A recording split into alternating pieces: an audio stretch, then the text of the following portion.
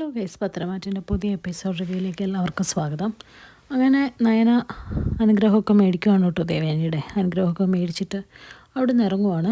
ഇറങ്ങാൻ നേരത്ത് ദേവേനി വരുന്നുണ്ട്, നിന്നെ കമ്പനിയിൽ വലിയ സ്ഥാനത്തൊന്നും എത്തിക്കാമെന്ന് ഓർത്തല്ല വരുന്നത്, അത്രയും നേരം നിൻ്റെ മുഖം കുറച്ച് കണ്ടാൽ മതിയെന്ന് ഓർത്ത് മാത്രമോ എന്ന് വെച്ച് അവിടെ പോയിട്ട് എൻ്റെ മകനെ എപ്പോഴും ശല്യപ്പെടുത്തിക്കൊണ്ടൊന്നും ഇരുന്നിക്കരുത്. ഇപ്പം അവൻ കമ്പനി നല്ല രീതിക്കാണ് മുമ്പോട്ട് കൊണ്ടുപോകുന്നത് എന്നൊക്കെ പറയും കേട്ടോ. ഇതൊക്കെ കേൾക്കുമ്പോൾ മുത്തശ്ശൻ ചെറുതായിട്ട് ചിരിച്ചിട്ട് പറയുന്നുണ്ട്, അതോർത്ത് നീ പേടിക്കേണ്ട ദേവേനി, മോള് ഉണ്ടാക്കിയ ലാഭം ആദർശ കമ്പനി നോക്കി നടത്തിയാലും ഒരുപാട് കൂടുതലാണ്. എന്തായാലും രണ്ടുപേരും പോയിട്ട് പോരെ എന്ന് പറയാം കേട്ടോ.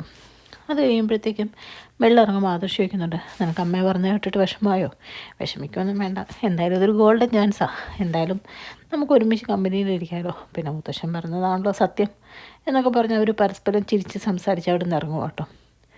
അതേസമയം ദേവയാനി പറയുന്നുണ്ട്, അല്ല അച്ഛാ, എനിക്ക് കരൾ തന്ന പെൺകുട്ടിയെ പറ്റി പിന്നെ എന്തെങ്കിലും വിവരമുണ്ടോ? ആ പെൺകൊച്ചി എവിടെയോ പോയെന്ന് പറഞ്ഞിട്ട് ഇതുവരെ വന്നില്ലേ എന്നൊക്കെ ഇങ്ങനെ ചോദിക്കും കേട്ടോ. മുത്തശ്ശനും മുത്തശ്ശിയും പരസ്പരം നോക്കിയിട്ട് പതറുവാണ്. അവർ പറയുന്നുണ്ട്, അത് ആദർശിനെ അറിയത്തുള്ളൂ, നീ എന്തായാലും സമാധാനമായിട്ടിരിക്കുക, എപ്പോഴും ആ പെൺകൊച്ചിനെ കൊണ്ട് കാണിക്കാം എന്ന് പറയും കേട്ടോ. അപ്പോൾ മനസ്സിൽ ചെറുതായിട്ടൊരു കള്ളച്ചിരി ചിരിച്ചിട്ട് ദേവേനെ അവിടെ നിന്ന് പോവുകയാണ്. പിന്നെ കാണിക്കുന്നത് ആദർശിനെ നയനെയാണ് കേട്ടോ. ആദർശ് പറയുന്നുണ്ട്, എല്ലാവരെയും വിളിച്ച് പറഞ്ഞുകൂടെ, കല്യാണിയനോടും പറഞ്ഞില്ലേ, നിൻ്റെ അവളുടെയും ജാതകം ഒരേപോലത്തെയാണെന്ന് എനിക്ക് തോന്നുന്നത് എന്നൊക്കെ പറയും കേട്ടോ. അപ്പം നയന പറയുന്നുണ്ട്, പിന്നെ പറയാണ്ട് എനിക്ക് ഒരുപാട് സന്തോഷമായി, വീട്ടിൽ പറഞ്ഞു കഴിഞ്ഞാൽ ആദ്യം വിളിച്ച് കല്യാണീനെ അവൾക്ക് ഒരുപാട് സന്തോഷമായി എന്നൊക്കെ പറയുക. അത് കഴിയുമ്പോഴത്തേക്കും ജലജയും ജാനകിയൊക്കെ പറയാം, എന്തൊക്കെയാണെങ്കിലും അവളെ കാണാൻ കഴിയുമല്ലഞ്ഞിട്ടും ഇവിടുന്ന് വിട്ടത് അത്ര നന്നായില്ല, ഇനി അവൾക്കവിടെ പോയി സൂക്ഷിച്ചിരിക്കാമല്ലോ, എന്തൊരവസ്ഥയാണ് എന്നിങ്ങനെ പറയുമ്പോഴേക്കും അഭി പറയുന്നുണ്ട്, വല്യമ്മയുടെ മാറ്റം സൂക്ഷിക്കണം, നേരത്തെ ആരോഗ്യ പ്രശ്നങ്ങളൊന്നും ഇല്ലാതിരുന്ന സമയത്ത് പോലും ഒരു കാര്യം പോലും തന്നെ ചെയ്യാതിരുന്ന വല്യമ്മ ഇപ്പോൾ ഇങ്ങനെയൊക്കെ ചെയ്യുന്നുണ്ടെങ്കിൽ അത് സംശയിക്കേണ്ടതെന്ന് പറയുക കേട്ടോ.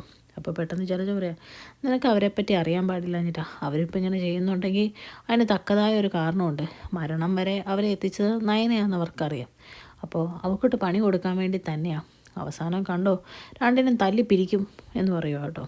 അത് കേൾക്കുമ്പോഴേക്കും ജലജയും ജാനകിയും പരസ്പരം ചിരിച്ചിട്ട് ജാനകി പറയുവാണ്, അങ്ങനെ ആയാൽ മതിയായിരുന്നു എന്ന് പറയുവാണ്. അത് കഴിയുമ്പോഴേക്കും ജാനകി അങ്ങ് പോയി കഴിയുമ്പോഴേക്കും അഭിയോട് ജലജ പറയുന്നുണ്ട്, നിൻ്റെ ജീവിതവും കോഞ്ഞാട്ടായി, അവളിപ്പോഴേ കാശുകാരിയും കൂടെ ആവാൻ പോകുന്നു, ഇനി ആ കമ്പനിയും കൂടെ അവളുടെ തലയിൽ വെച്ച് കൊടുക്കും കണ്ടു.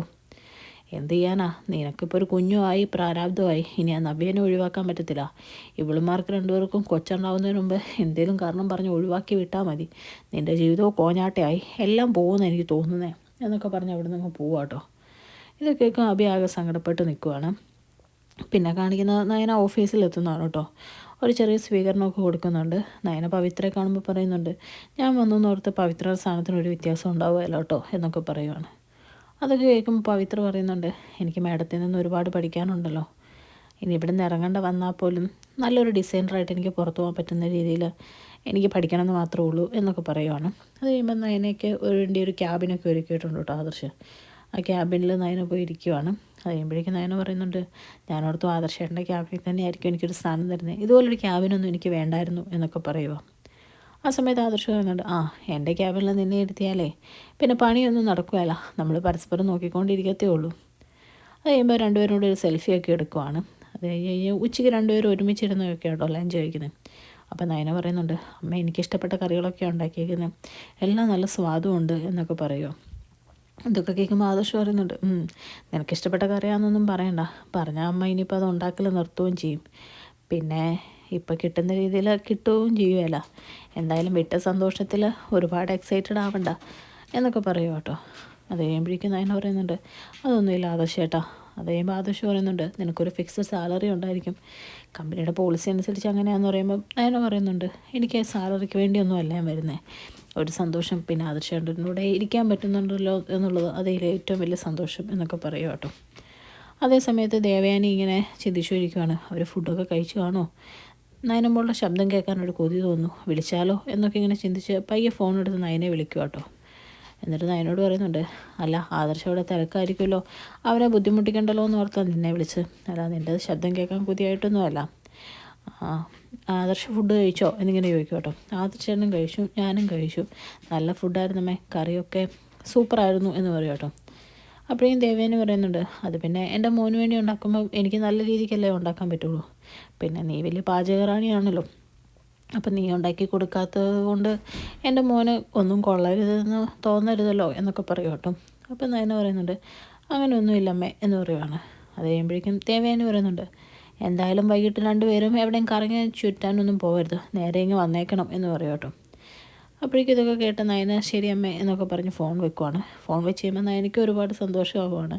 കാര്യം ദേവയാനി ദേഷ്യപ്പെട്ടാൽ പറഞ്ഞെങ്കിലും അതിലെവിടേക്കോ കുറച്ച് സ്നേഹത്തിൻ്റെ ഒരു ഇത് നയനയ്ക്ക് തോന്നും കേട്ടോ.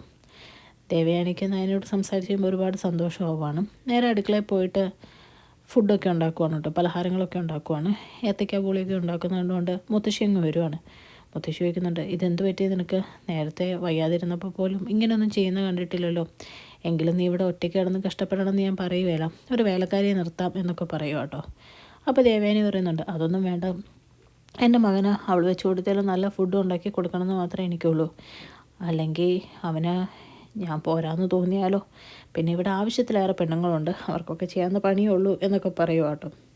ആ സമയത്ത് മുത്തശ്ശി പറയുന്നുണ്ട് അതൊന്നും ഇല്ല മോളെ, നിൻ്റെ മോനും മരുമോളും നിനക്ക് നീ എന്തുണ്ടാക്കി കൊടുത്താലോ അമൃതാന്ന് പറഞ്ഞ് ഭക്ഷിക്കുന്ന രണ്ടുപേരാണ്, അത് നിനക്ക് ഇതുവരെ മനസ്സിലാവാത്തതുകൊണ്ടാണ് എന്ന് പറയുവാണ്. അതൊക്കെ കേൾക്കുമ്പോൾ ദേവയാനി മനസ്സിൽ ചിന്തിക്കുന്നുണ്ട് അതെനിക്ക് ആരേക്കാളും നന്നായിട്ട് അറിയാം അമ്മേ എന്നൊക്കെ ഇങ്ങനെ ചിന്തിക്കുവാണ്. അത് കഴിയുമ്പോൾ മുത്തശ്ശിക്ക് പലഹാരമൊക്കെ കൊടുത്ത് അവരൊരുമിച്ച് അടുക്കളയിൽ നിൽക്കുന്ന കാണിച്ചുകൊണ്ടാണ് കേട്ടോ ഇന്നത്തെ എപ്പിസോഡ് അവസാനിക്കുന്നത്. ചാനൽ ഇഷ്ടപ്പെട്ടാൽ ലൈക്ക് ചെയ്യാനും സബ്സ്ക്രൈബ് ചെയ്യാനും കമൻറ്റ് ചെയ്യാനും